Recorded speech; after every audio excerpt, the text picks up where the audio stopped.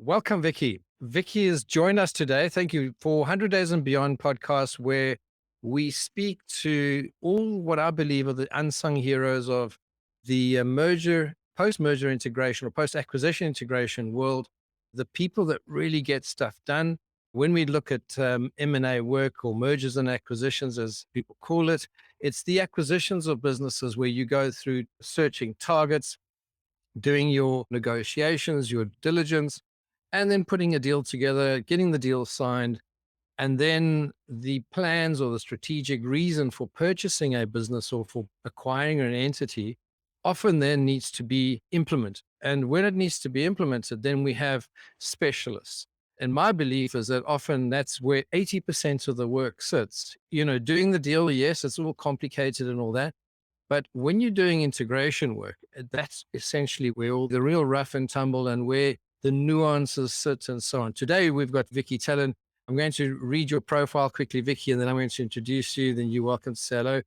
Vicky is a merger, acquisition, and carve-out specialist, which is something I really want to tackle today as well, for operational integration and separation.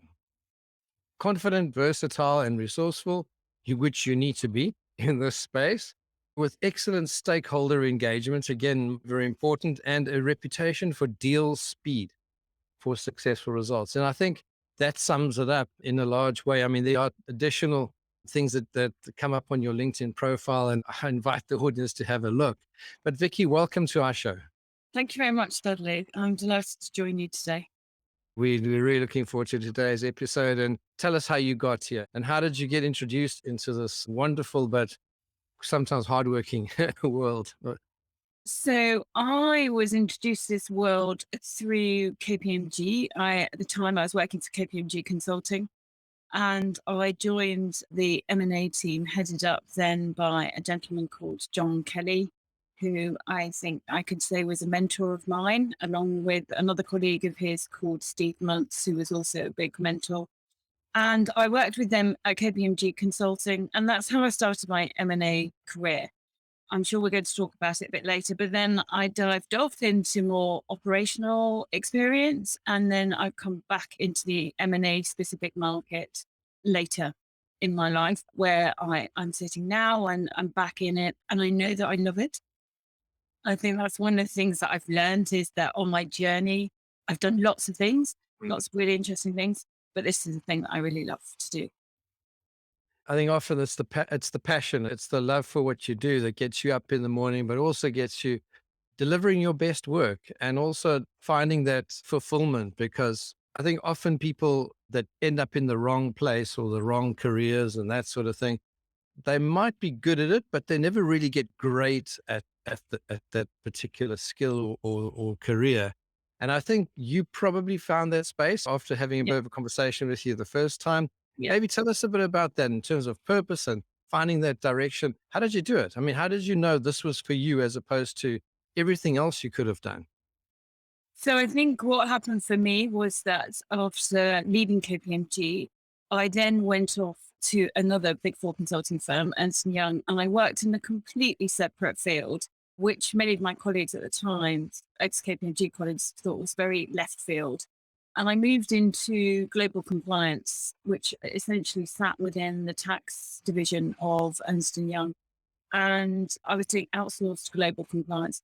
It was very different in many different ways, but there were transferable skills. It was about project management. It was about taking a client who was already had an in-house function to an external function. It also taught me lots about commercials, legal negotiations, commercial agreements, SLAs, KPIs, all of those kinds of things. And it was a great grounding for me. And I really enjoyed that. But I reached a point at which either I took myself down a tax career or I moved on. And I moved on. In fact, I was wooed away by a niche consulting firm. Unfortunately, at the time, it was the middle of the financial crash in the UK. And so then my path took another turn, and I speak Spanish, having lived in Guatemala for a couple of years and worked in and lived in Guatemala. And so then I moved to the Foreign Office, where I headed up the back office function for their operations in Spain. and ultimately led to the setting up of a shared service center in Spain and Portugal, which we then moved to Portugal. So again, many transferable skills, project management, integration, as well as outsourcing, and always the operational side of the business. I also, in my time at the Foreign Office, was head of estate management as well, which included some very fascinating things, including 10 graveyards and the heritage collection of art, which was kept by the ambassadorial residence and the embassy. Especially if I look back at all the guests that we've had and some of the guests that I'll be expecting to have on the show, the hallmark, I think, is a multi-dimensional career as you get exposed to so many different fields. If I go back to your actual profile where you talk about stakeholder engagement, I mean, there's nothing more challenging than going into a government or a non-profit where people are not necessarily driven for, careers or that sort of thing, where they have different intent, unless they're excessively ambitious, like some certain politicians. But if you look at the general people that do the work in the background, that's difficult stuff to get your head around. And then when you go into the commercial environment, then you've got a slightly different view of the world, different dynamic, different market conditions. Now you've got different types of stakeholders too, because government is different because the stakeholders are potentially just are the government wanting to roll out a new legislation or a plan, or you have your job descriptions and KPIs, etc.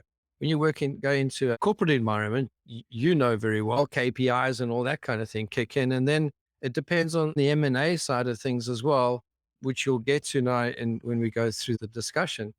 When you're looking at private equity doing an acquisition as opposed to a corporate or a first-time acquirer, someone doing the first acquisition as opposed to someone being a serial acquirer, those are all different mindsets. So tell us just a little bit about the stakeholder engagement and the differences, those nuances, because you're still dealing with people, but Yeah. tell us a little bit about those nuances around those different environments. So I think for me, the thing about stakeholder engagement is it's about people. It's really all about people. And yes, the environment can make a bit of difference, i.e., whether you're in government or whether you're in commercial, but it's about the individuals and what drives them and what motivates them. And I've worked with people who are highly motivated, visionary, entrepreneurial, very leading. I've also worked with people who are very driven by sheer commercial, and they're just really about the money and about the profit line. And then I've worked with people who they just come in, they do their job and they want to turn up. And I think the thing about making these kind of deals work and going back to, the sort of integration and separation, it's about working out what it is and what it means for the people that you're working with.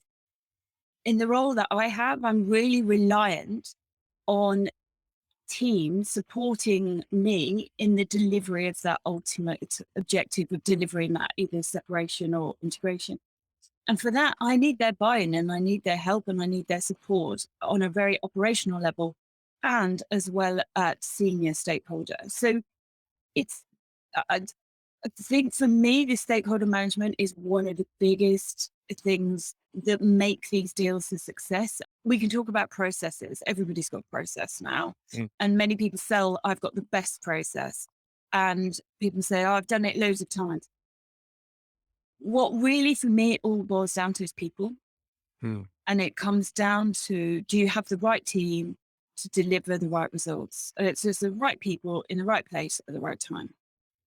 And I think going back to your point, what my career has given me, eclectic it may be for many, is it has just exposed me to so many different things that I think one of the things that I write, as you know, is that I'm not faced by challenges or hurdles. I've seen quite a lot of stuff and I've seen so many different sort of behaviors and reactions and responses.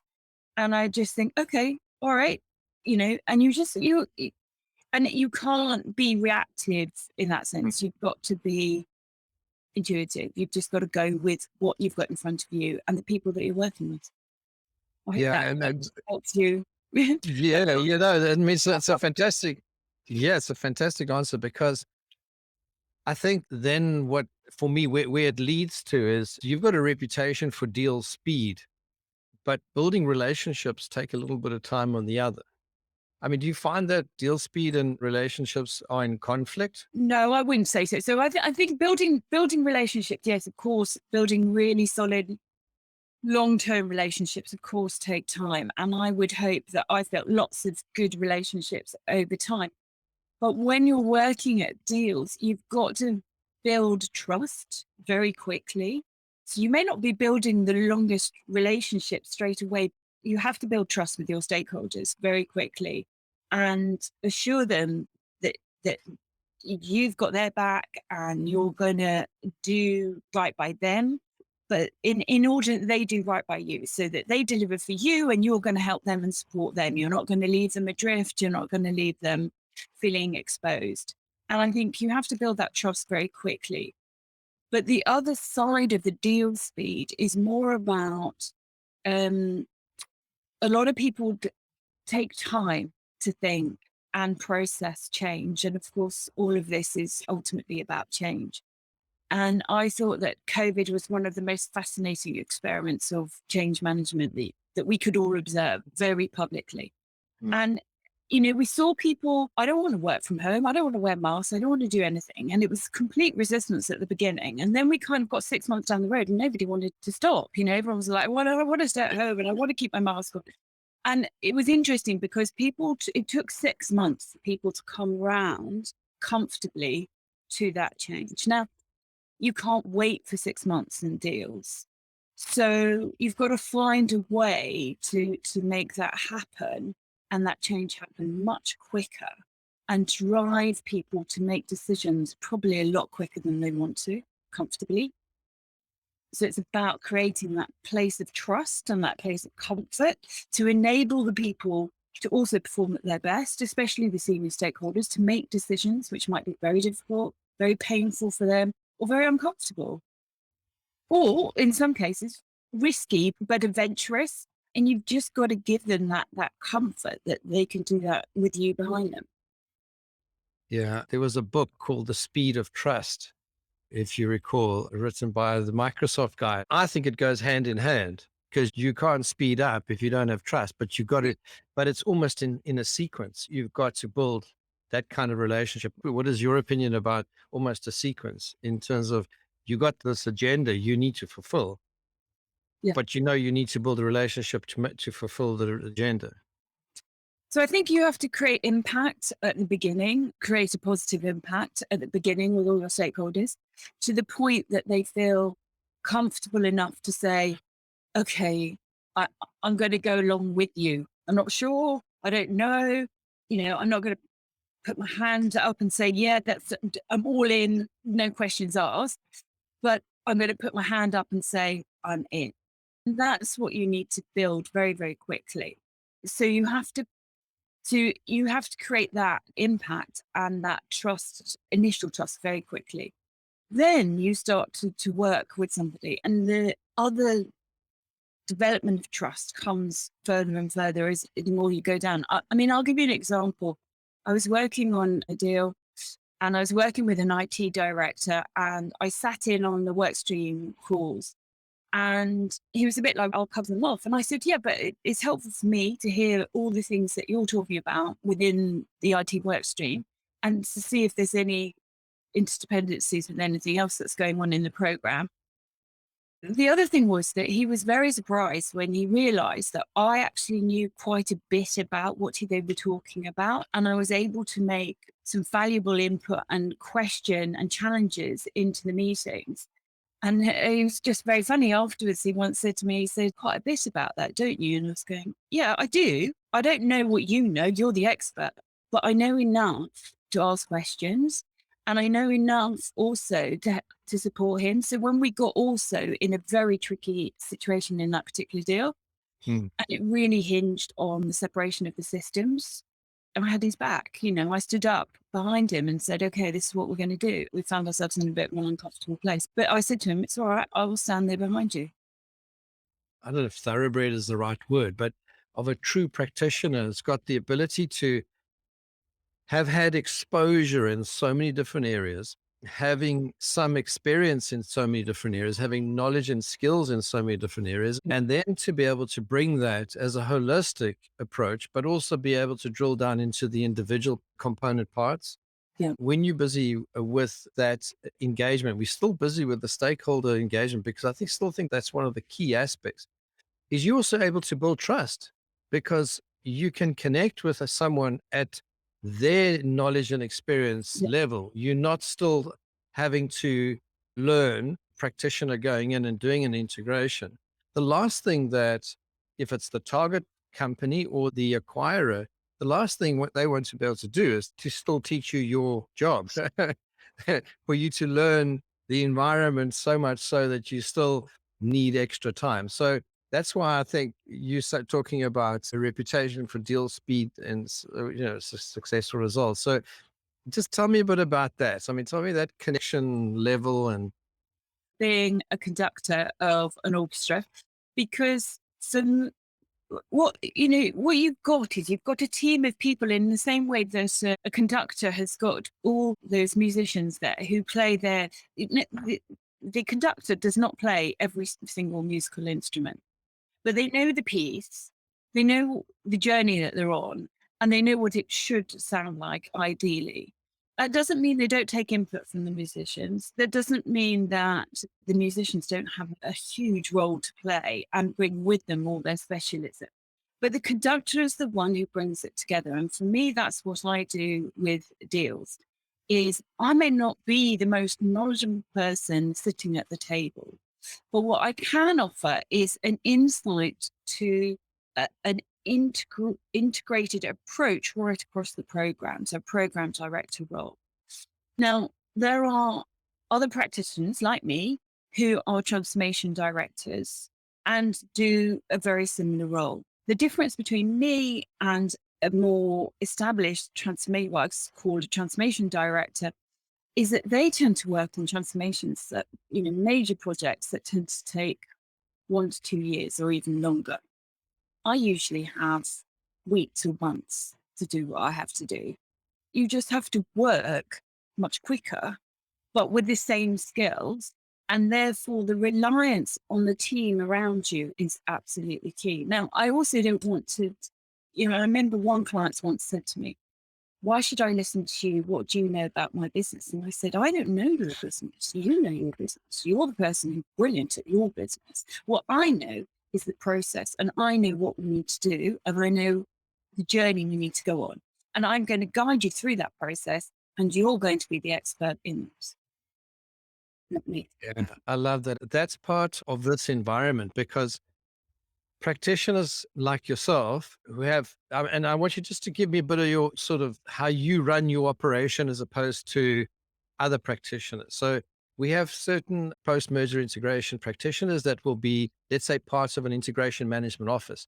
If you talk about project management, you talk about project management office. Now we just talk about an integration management office. If you have a corporate environment and they are serial acquirers, they do this for strategic reasons. They're doing some kind of roll ups and that sort of thing. And we'll talk about separations as well, because often they buy and then they decide, oh, I didn't want that one. I want to get rid of it. Or strategically, it doesn't make sense anymore. It, just tell us how you operate as opposed to, let's say, a corporate acquirer, as opposed to a private equity firm, as opposed to maybe just talk around your business model. Like, what do you do? What makes you different to, let's say, all the other alternatives out there? That makes me sound like I'm really, really unique, Dudley, and I'm not sure that's quite the case. So, I mean, I work for PE houses. They're one of my stakeholder groups for sure. And I also work for corporate. So I don't necessarily distinguish myself from people who work in those environments and in this space. What I am is an interim who people can jettison in to come and provide specialist skills if they're going through either they haven't got the manpower, that's one, or they don't have the skills and expertise in-house. So if a corporate has got an in-house transformation team that is doing serial acquisitions and integration and possibly carve-outs, I may not add any particular value to them because they're a specialist team that are doing exactly the same as me. What they may not have is headroom or bandwidth within their team, and in which case they might bring me in. So the PE houses, they don't tend to retain those people. They bring in people like me to come in, take them through the process, and then I would hand off to an operational team once we've done the deal, or at least once we've set up the integration plan or the separate. Generally, separation we'd see through to the end, but integration can be a very long-term strategy, depending on what you want to do. But what you need to do right at the beginning, and you talk about the 100 days, it's an arbitrary number, but it's a nice number. But that's what, we do is we try and say, what is the path of integration? What is all the things that we have to get in that's absolutely critical to the deal at the beginning? And what are the other things that in a longer term strategy an organization wishes to do? And we build out that plan for that. So what do? I am the conductor of all of those different things that are happening within the deal. And I'm jettisoned in either to work with a corporate team or to set up and lead a team for, say, for instance, a PE house. And do you know what? I don't have an expectation of what kind of environment I go into. I think that's one of the things I do. That's a bit different from others. People say to me, would you do? We know it's a bit different. And I go, yes, I'll do. There's a difference between marketing yourself, creating your own personal brand, and then also at the same time helping, let's call it a corporate acquirer, increase or roll out or improve their brand, if you like, through the acquisitions or improve their. I mean, we talk often about synergy capture and value creation and all those nice terms. And I think it comes out there in your profile, and I quite like that. Confident, versatile, resourceful. I think that sums it up because in my mind, that's your brand to a certain extent. It's confident, it's versatile, and it's resourceful. In other words, you are able to be put in any position and take it on and be confident that even if you don't know, you know that you are resourceful enough Yep. to be able to tackle the situation. And I think that's part of those attributes that are critical for being successful in this space. And if it is your purpose to be a practitioner, I think that is absolutely critical. Maybe just a comment on that, because I want to shift gears and go into separations and carve-outs and how they differ from, just for the sake of our audience, how they differ from integrations, and even define what that is. So maybe So, just let's start with yeah, confident, versatile, and yeah. resourceful. So I think the thing that people have asked me a couple of times is, do you just parachute in? And I think that's probably one of the best analogies. That's what I'm offering. I'm offering for somebody to put me in to a situation. It doesn't matter what it is. I don't have any expectations of how anything is going to be or what I'm going to find when I get there. I know what I do and how I'm going to bring process, discipline, and some structure to what I might come across, but I'm not got any expectations about what I might go into. And I think that is why I do say I'm versatile and resourceful, because you, you, and I think it's a realist. That's the M&A market. You've got to be. The word that now everybody uses is agile, and I kind of stay away from it because A, it's got too many IT connotations, and B, I think it's slightly overused. But you've got to be able to move and flex and change, and really quickly and comfortably and safely. Let's go and have a look at the differences now. You've got integration on the one end. You've got carve-outs and separations on the other. And I've had one or two people join us on an episode, and some of them are starting to position themselves as separation experts. I mean, it's almost like divorce lawyers to a certain extent. Tell us your definition of separation, your definition of carve-out, as opposed to doing an integration. Is it the opposite? Integration, the other side of the coin of of a separation.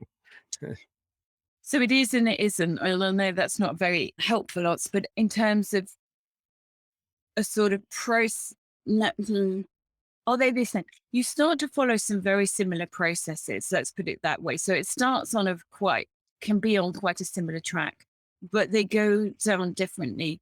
When you're looking at integration, you're looking usually, you've got a number of reasons why you're doing an integration. You're doing it because you want to get market share.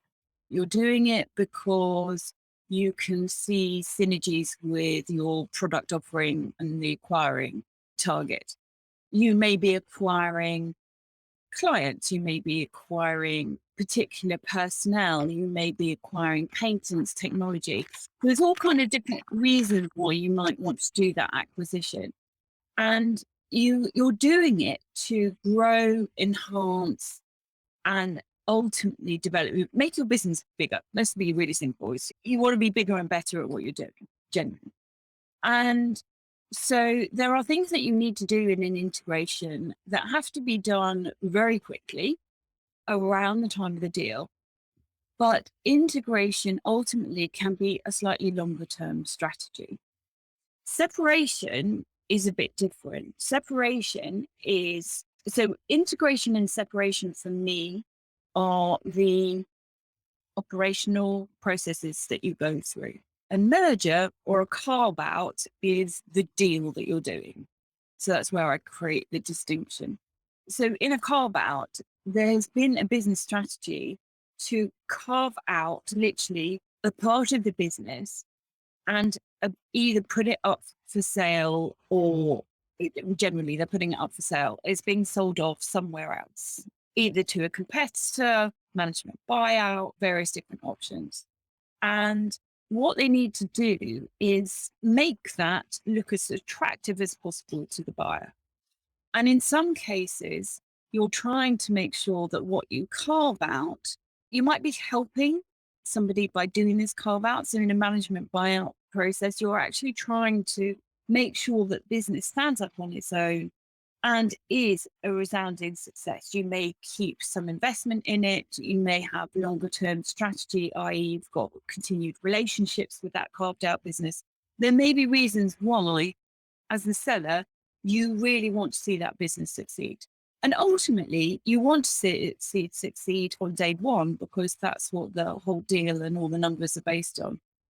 So it can be different because what you're doing there is trying to make sure that you are separating the businesses without any damage to the parent, but ideally no damage to the carved out business. You're creating two very good standalone successful businesses in their own right.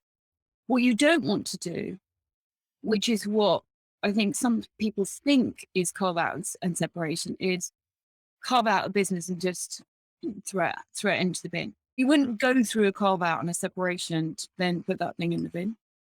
That's not what you're doing. You're doing it because you're trying to create a strategic asset that has something of value beyond its life with you. You probably, as a parent, want to see that happen. And so there are things that you would do that you might not do if you were letting the business go in terms of you were running it down.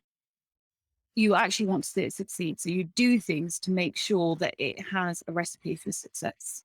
You don't want to. And I find it quite challenging because a separation often means it used to be attached to another entity. So a carve out is partially separation, partially integration, because in the ones that I've seen is although the seller that wants to carve out a portion of the business and move it on, maybe it's not core for them anymore, whatever the reason, often what happens is they need to try to separate that entity, and it could be even part of their IT systems, their HR and payroll, and just just the basic infrastructure relies heavily on let's call it a head office or a shared service component.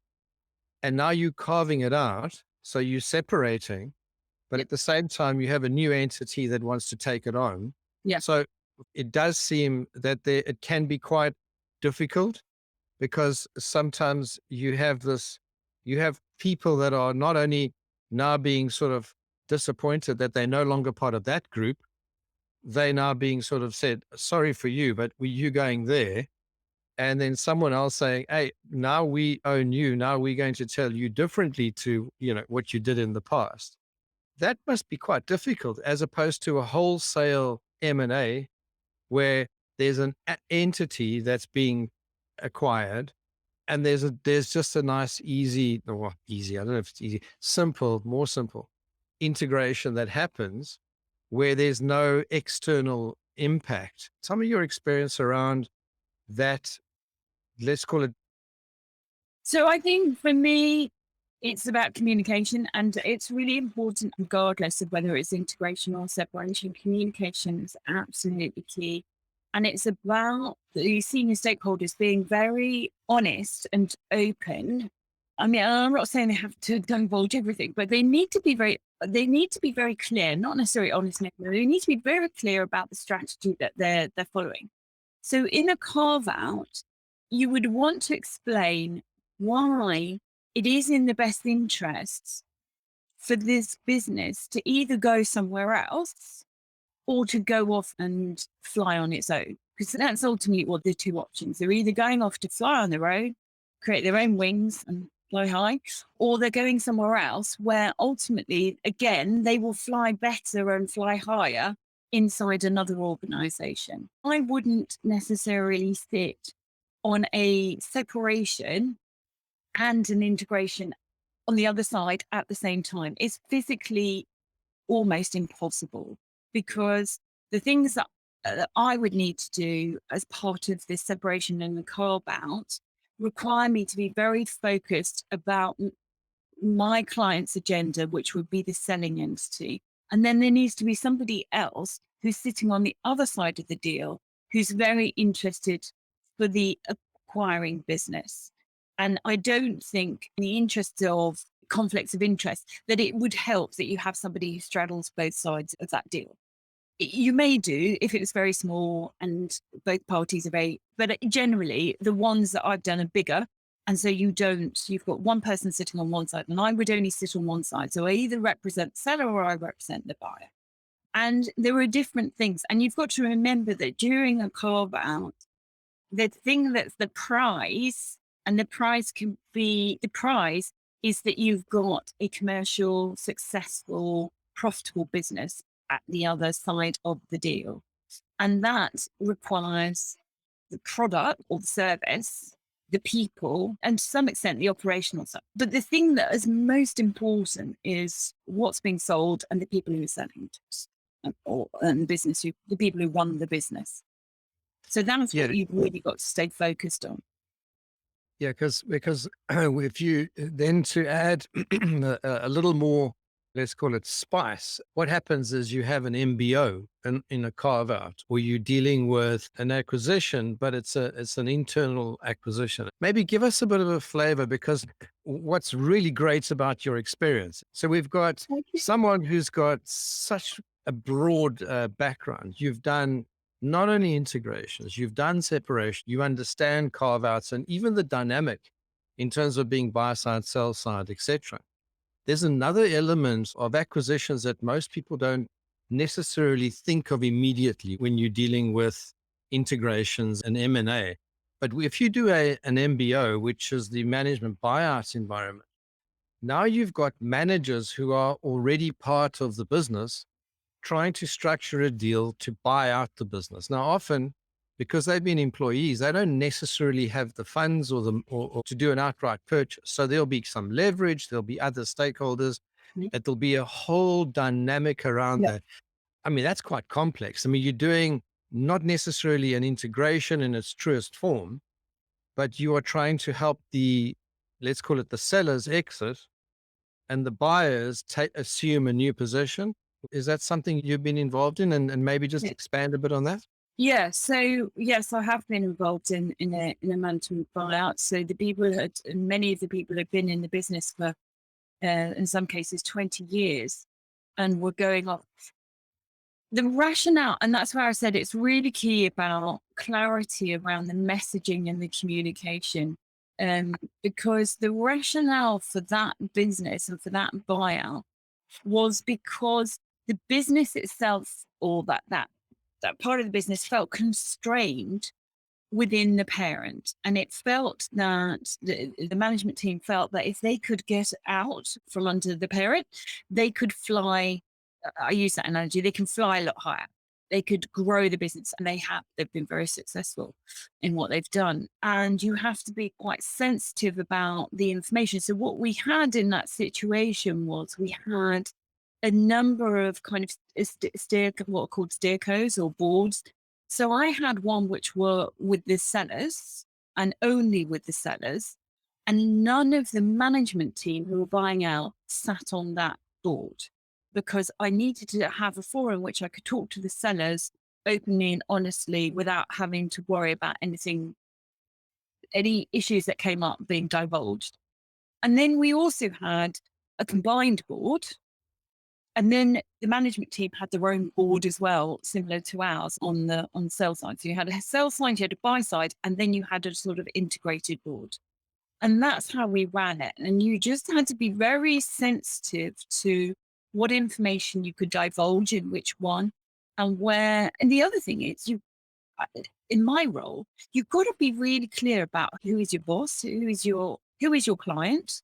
My client was the sell side. Now, there were things that would come up for the buy side that were challenges, but ultimately I represented the sell side. So I had to look after my sell side client primarily and foremost, but not to the detriment of the buy side, in the fact that if their business didn't stand up properly, then what were they selling? Does that make sense? So when we damaged Carve-out Mm. to such a point that it lost its value, the sell side would actually lose value on their sale. So you do have to juggle. And that's where the stakeholder management is absolutely key. It's really key, because you are juggling. It's different. Yeah, and I notice in further down in your profile, you talk about I thrive in ambiguous and complex environments. I think that's a really good example of an ambiguous and complex environment. Although you do, let's say, represent the sell side, you have to almost enable the transaction to complete. You're not Yep. transaction complete, but to the fulfillment of, because obviously they've signed, they're in the process, if you do pre-deal sort of Yep. work as well. But let's assume they've signed the agreement and there's the MBO now. And it's now, oh, what now? We need to try and make this thing work. You sell side, you need to protect the interests of the seller, but it's ambiguous in the sense that if you don't enable the buyers, the Yeah. whole thing falls flat. And there's obviously then it's court cases and it's Yeah. who Yeah. said this and who did that. And For us, it was about not, because we were doing a lot of the separation pre-closing of the deal. So we needed to make sure that the deal actually closed on the price that the seller actually really wanted. And so part of that negotiation was always going to be that we had carved out the business in a way that it still retained the value that had been placed on it at the beginning of the deal. So the buyer had to believe that the value was still there and we had retained value. And I did have one very tense moment where, in part of the original negotiations, they had talked about the IT systems and they were going to create an absolute hard stop on the systems.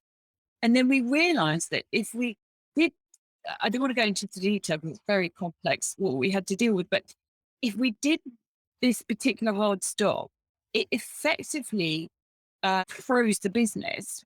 And we were saying, we'll give you a freeze on the financials. Here you go. And then you take everything and all the data.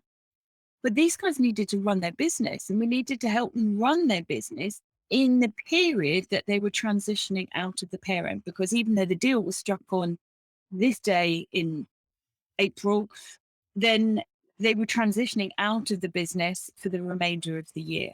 And so we had to enable them to be able to still run their business during that transition period. So what we couldn't do was do something that fundamentally stopped their business. And so I had to go back to my sell side board and say, we need to rethink this. because it presented for them a number of challenges to do with data and to do with costs. There were a number of very complex things. And it was a very difficult moment because it did look like at one point that the deal might not happen because we weren't able to do the deal as it had originally been constructed. We had to construct a new version of that part of the deal. That's where the art and the science start coming together, isn't it? It's Well, so trying that's where to- the art takes over science. Because yes. and the science didn't work. So now it's about the art of the science. So it's about, creating the best looking version of it. So I think Yeah. that's one of the fundamental differences between separation and integration is that integration, but it's based on information that has been given to you by the seller and only that information. You haven't got anything else. And you've got public information and you've been given the information that the seller has agreed to disclose as part of their disclosure, but you don't have anything else. In a separation, you've got all the data. It's right there in front of you. So the deal is moving all the way through that period because everybody has got more and more information. The more you dig, the more you start to carve, the more data you find out, and that affects the deal. And so for me, in my role, and in that particular case that I cited, I had to protect the seller's price. And to do that, I had to change some of the features of the deal. That orchestra analogy you used, the conductor analogy, I think, again, shows itself. I want to switch gears a little as we come closer to the end of our conversation. I mean, I probably could I spend. can't believe you said to me it would take, we would talk for a while. And I was like, no, well, totally not 20 minutes, but yeah. I got this probably several points we haven't even touched yet. So, Vicky, you're going to need to come back at some stage. But I want to shift gears slightly just as we come to the end. And there's something that struck me in your profile, besides the entire profile. But something that struck me is a reputation of being great fun to work with, bringing energy and humor in the face of adversity and challenges. And tell me a bit about that, because I haven't seen that yet in many profiles, bringing us some great fun and energy and humor. How do you bring that into what essentially is really a serious conversation or multiple serious conversations? Tell me your mode of operation there with that. First of all, I think I put that in my profile because I wanted people to understand who I was as a specialist. They were getting a person, not just my skills. It wasn't just about, I wasn't just a commodity of skills. They were also getting a person. I think that's for them to understand who I was. It also comes to, I had a great boss once who said, sometimes, Vicky, the phrase she used was flash the kimono. And I needed to show people a little bit of who I am. I don't think, maybe it's not come across here, but normally I don't think I do it very well. And so I wanted to do it very honestly and openly, transparently on my profile. I think the thing is about deals is that add a bit of humor, I don't know. Nobody dies, right? We're not surgeons. We're not heart surgeons. Nobody's going to die at the end of these deals or live. But a business is going to die or live, okay? But it's not a human. And so sometimes I think we just need to ground ourselves into what we're really doing. And I think humor and fun is a great way just make people breathe. Because I think the other thing is that during deals and because of the speed of it, people are going so fast, they just don't breathe. They're just they're just fired up and fired up. And I just think sometimes you need to breathe. And I think what humor does is it kind of sort of cracks that tension and just it's almost like a volcano, I forgot what it's called, an escape hole, where you can just release some air. And I think for me, that's what humor does. It just allows people to just breathe for a minute and have a little bit of, smile on their face instead of, oh my God, this is also stressful. Because it is stressful. It's a very stressful environment. I think people need to be able to breathe and they're making in some cases some really key and important decisions for other Mm. people, for thousands of employees, and it's scary. And I think they just need sometimes a little room to breathe. And I hope that's what I do. I give them that room. Yeah, but also doing it with an element of elegance as well. It is pressure release, and it is important. It is important to bring the human side of things, because not everybody, and then I'm going to use a little bit of a sports analogy, but may or may not resonate. But for me, many teams that do very, very well are match fit. In other words, Yeah. when they go into a game, especially a very big game, they are match fit. They're ready for the game. They've played multiple games before. They've done all the training. They've done all the work, but have, they are continuously in matches. So they are match fit. Yeah. So when you're a professional integrator, when you're a practitioner, you tend to be match fit for stressful, difficult situations. When you are dealing in an environment where potentially the target, this is the first time they've been acquired, an MBO, it's the first time they've actually done something like this. Yeah. A seller, a buyer, a corporate that's now decided we're now going to open up an integration management office and we just need to set it up. It's like quick and easy. Yeah. But I think when you match fit, sometimes you could potentially be fitter, hypothetically speaking, for this environment than whoever you're playing with, who your teammates are, if you like. Would that be a reasonable analogy? Yes, I think in terms of yes. So they, but I think I don't know if what you're leading to is that people can come that you can be across the table with very different skill sets. So you can be in front of somebody who really knows their stuff versus somebody who is really quite novice and new to it all. And so yes, you do get that. You would But I need don't to know if that was adapt. what you were. Yes. Yeah, you would need to adapt because Yeah, sometimes, let's say I'm match fit and I'm ready, and the stakeholders I'm bringing with me on this journey are at different levels. yeah, You have to be able to adjust your volume, if you like, to different levels. And yeah. I think that's part of the skill, isn't it? Yeah, yeah, the part of it is adjusting within your own setup. So within your own team. So if you're on sales side or buy side, depending on which side you work, yeah, you've got your own team who might not all be in the same level, but you might also be facing off to a team who's not very experienced. I've had examples where I've been facing off to a team who are not very experienced. And in some cases, you have to kind of almost help them a little bit because they're so unfamiliar with what you're doing. But you need them to do their side of it. So you have to coach them along as well. But also make sure that your match fit gives you a much better leverage in the whole deal. So making sure that you've got the best match fit team yourself. Yeah. I But love I it. I just mean, wanted to come back to the humour a little bit yeah. because I don't know. Again, you were talking about sports analogies, and I know we've probably only got a minute, but I don't know if you happened to watch the Wimbledon tennis finals yesterday. It's being recorded in June 2022, July, say. And Kyrgios got very mad in the match, and he